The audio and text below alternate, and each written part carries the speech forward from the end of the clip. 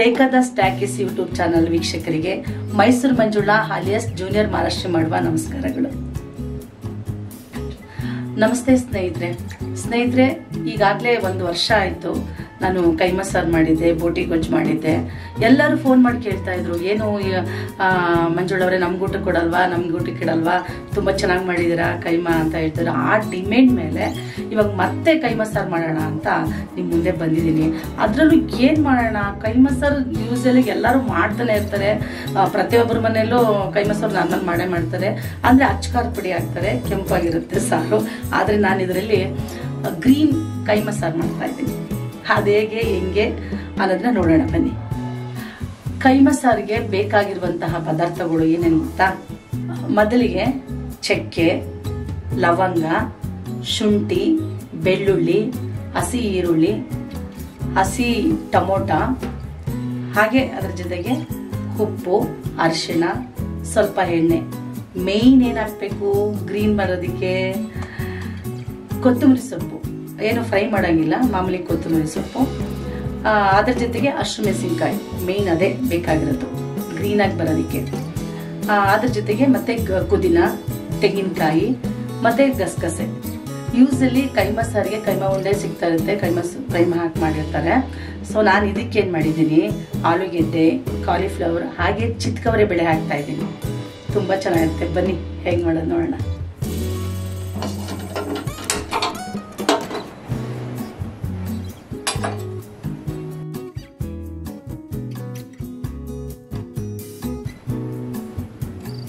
ಎಣ್ಣೆ ಹಾಕ್ತಾ ಇದ್ದೀನಿ.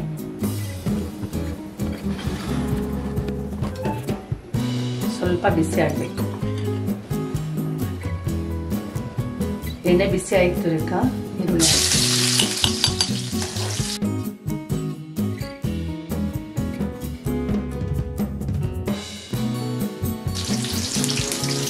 ಸ್ವಲ್ಪ ಈರುಳ್ಳಿ ಫ್ರೈ ಆಗಬೇಕು.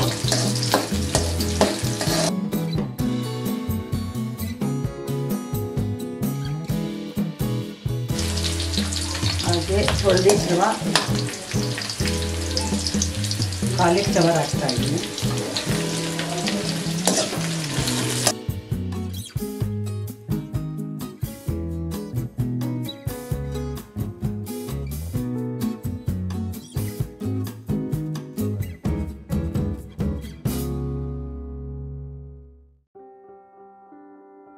ಅದ್ರ ಜೊತೆಗೆ ಇವಾಗ ಆಲೂಗೆಡ್ಡೆ ಹಾಕ್ತೆ.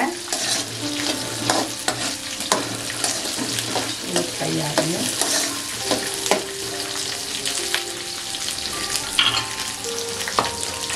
ಕೈಮಾ ಜೊತೆಗೆ ಮೂಳೆ ಕೊಟ್ಟಿರ್ತಾರಲ್ವಾ, ಅದೇನೋ 2 ಪೀಸ್ ಹಾಕಿದರೆ ಅಷ್ಟನ್ನು ಹಾಕ್ತಾ ಇದ್ದೀನಿ. ಹೀಗೆ ಫ್ರೈ ಆಗುತ್ತೆ.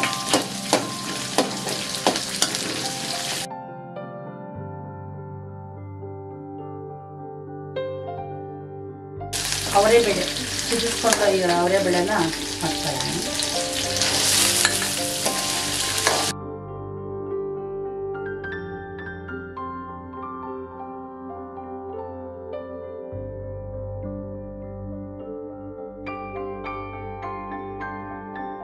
ಸ್ವಲ್ಪ ಬೇಯ್ತಾ ಇದ್ದೀನಿ. ಖಾರದ ಜೊತೆ ಸ್ವಲ್ಪ ಬೇಯ್ಲಿ ಹಾಕ್ತೀನಿ, ಆಮೇಲೆ ಖಾರ ಹಾಕ್ತೀನಿ. ಅಷ್ಟೊತ್ತಿಗೆ ಕೈಮಾ ಉಂಡೆನ ರೆಡಿ ಮಾಡ್ಕೊಂಬರೋಣ. ಸ್ವಲ್ಪ ಬೇಯ್ತಾ ಇರಲಿ. ಸ್ವಲ್ಪ ಬೆಂದಿದೆ. ಈಗ ಇದಕ್ಕೆ ಖಾರ ಹಾಕ್ಬಿಡೋಣ. ಈಗ ಸ್ವಲ್ಪ ಬೆಂದಿದೆ, ಇವಾಗ ಖಾರ ಹಾಕೋಣ.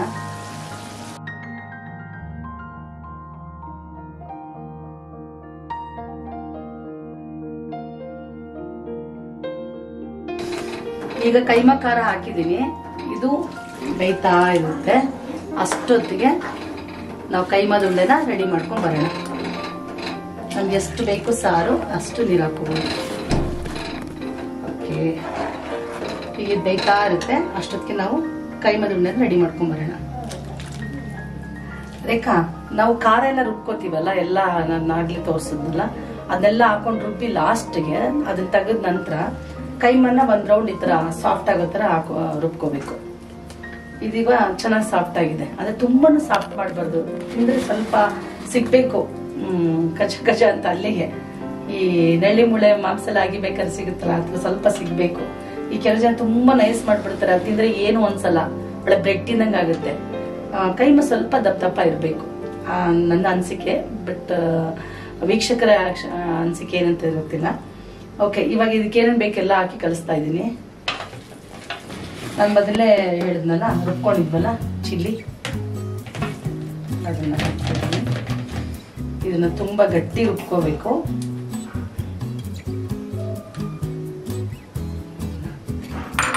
ಮತ್ತೆ ಇದು ಧನಿಯಾ ಪೌಡರ್, ಹಾಗೆ ಸ್ವಲ್ಪ ಅರಿಶಿನ,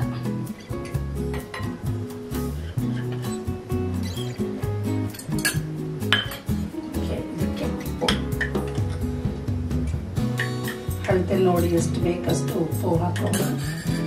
ಈಗ ಕಡಲೆ ಹಿಟ್ಟು ಅಂದ್ರೆ ಉಂಡೆ ಹೊಡಿಬಾರ್ದಲ್ವಾ, ಅದಕ್ಕೆ ಇದನ್ನ ಹಾಕ್ತಾ ಇದ್ದೀನಿ.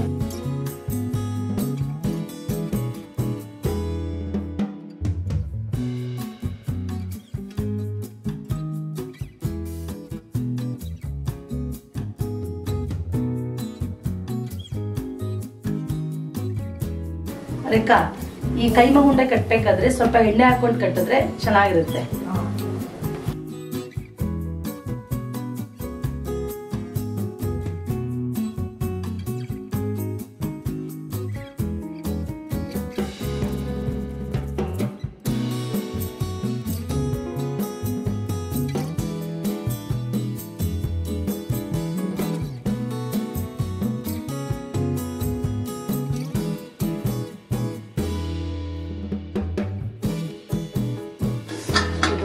ಬೇಯ್ತಾ ನೋಡೋಣ.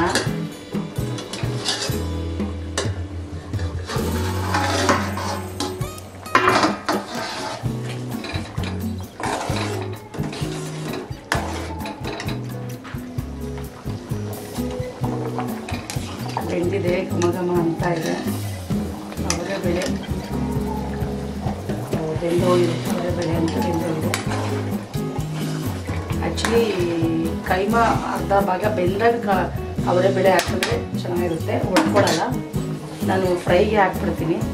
ಈಗ ನೋಡಿ ಈ ಕೈಮ ಹಾಕ್ತಾ ಇದ್ದೀನಿ.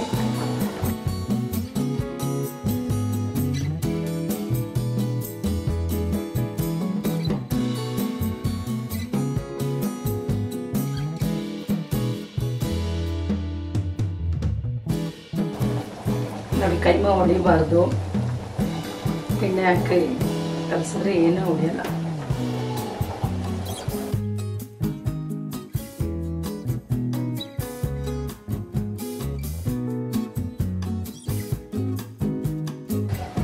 ಒಂದು ರೌಂಡ್ ಮುಚ್ಚಿಬಿಡೋಣ,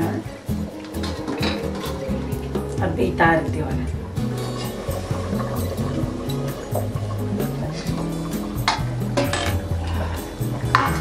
ಚೆನ್ನಾಗಿ ಬೆಂದಿದೆ. ಈಗ ಉಂಡೆ ಏನು ಹೊಡೆದಿಲ್ಲ.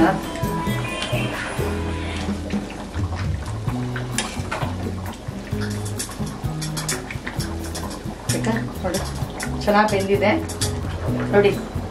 ಕೈಮಾ ಗ್ರೀನ್ ಕೈಮಾ ಸಾರು ರೆಡಿ ಆಗಿದೆ, ಸೂಪರ್ ಆಗಿದೆ. ಇದ್ರ ಜೊತೆಗೆ ದೋಸೆ, ಇಡ್ಲಿ, ಮುದ್ದೆಗಂತೂ ಸೂಪರ್ ಬೊಂಬಟ್ಟಾಗಿರುತ್ತೆ. ಈಗ ಬನ್ನಿ ಎಲ್ಲ ಟೇಸ್ಟ್ ಮಾಡೋಣ.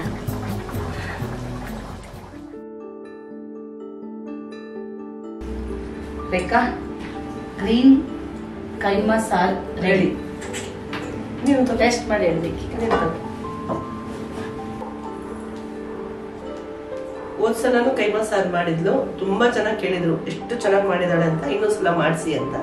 ಅದಕ್ಕೆ ನಾನು ಹೇಳಿದ್ದೆ ಮಾಲ ಮಾಡೇ ಇನ್ನೊಂದ್ಸಲ ಅಂತ.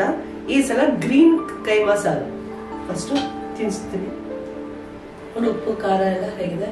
ನನ್ಗಿಂತ ನೀವ್ ಹೇಳ್ಬೇಕು. ಅಲ್ಲ, ನಿನ್ಗೇನು ಅನ್ಸು? ಸರಿ ಇದೆಯಾ? ಸರಿ ಇದೆ.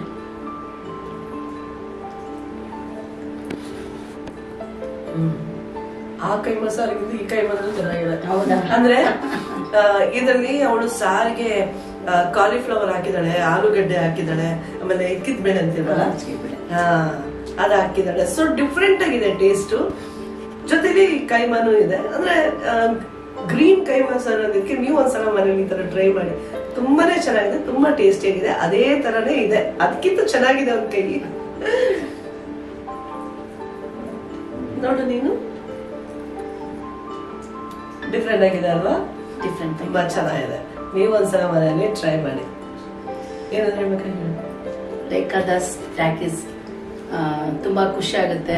ಚಾನೆಲ್ಗೆ ಎಲ್ಲಿವರೆಗೂ ಸಬ್ಸ್ಕ್ರೈಬ್ ಮಾಡಿದ್ದೀರಾ, ಶೇರ್ ಮಾಡಿದ್ದೀರಾ, ಲಕ್ಷ ಜನ ಇದಾಗಿದ್ದೀರಾ. ತುಂಬಾನೇ ಸಂತೋಷ ಆಗುತ್ತೆ. ಮತ್ತೆ ನನಗೆ ಇದೊಂದು ಅವಕಾಶ ಸಿಕ್ತಲ್ಲ, ರೇಖೆಗೆ ಧನ್ಯವಾದಗಳು ಹೇಳಬೇಕು, ಥ್ಯಾಂಕ್ಸ್ ಹೇಳಬೇಕು ಅಂತ ಇಷ್ಟಪಡ್ತೀನಿ. ರೇಖಾದಾಸ್ ಟ್ಯಾಕೀಸ್ ಯೂಟ್ಯೂಬ್ ಚಾನಲ್ನ ಲೈಕ್ ಮಾಡಿ, ಶೇರ್ ಮಾಡಿ, ಕಮೆಂಟ್ ಮಾಡಿ. ನಾನೀಗ ಗ್ರೀನ್ ಕೈಮಾ ಹೇಗೆ ಮಾಡಿದಿನ ಅದನ್ನ ನೀವು ಮನೇಲಿ ಮಾಡಿ ಹೇಗಿತ್ತು ಅನ್ನೋದನ್ನ ದಯವಿಟ್ಟು ತಿಳಿಸ್ಬೇಕು. ಧನ್ಯವಾದಗಳು ಸ್ನೇಹಿತರೆ. ನಮಸ್ತೆ.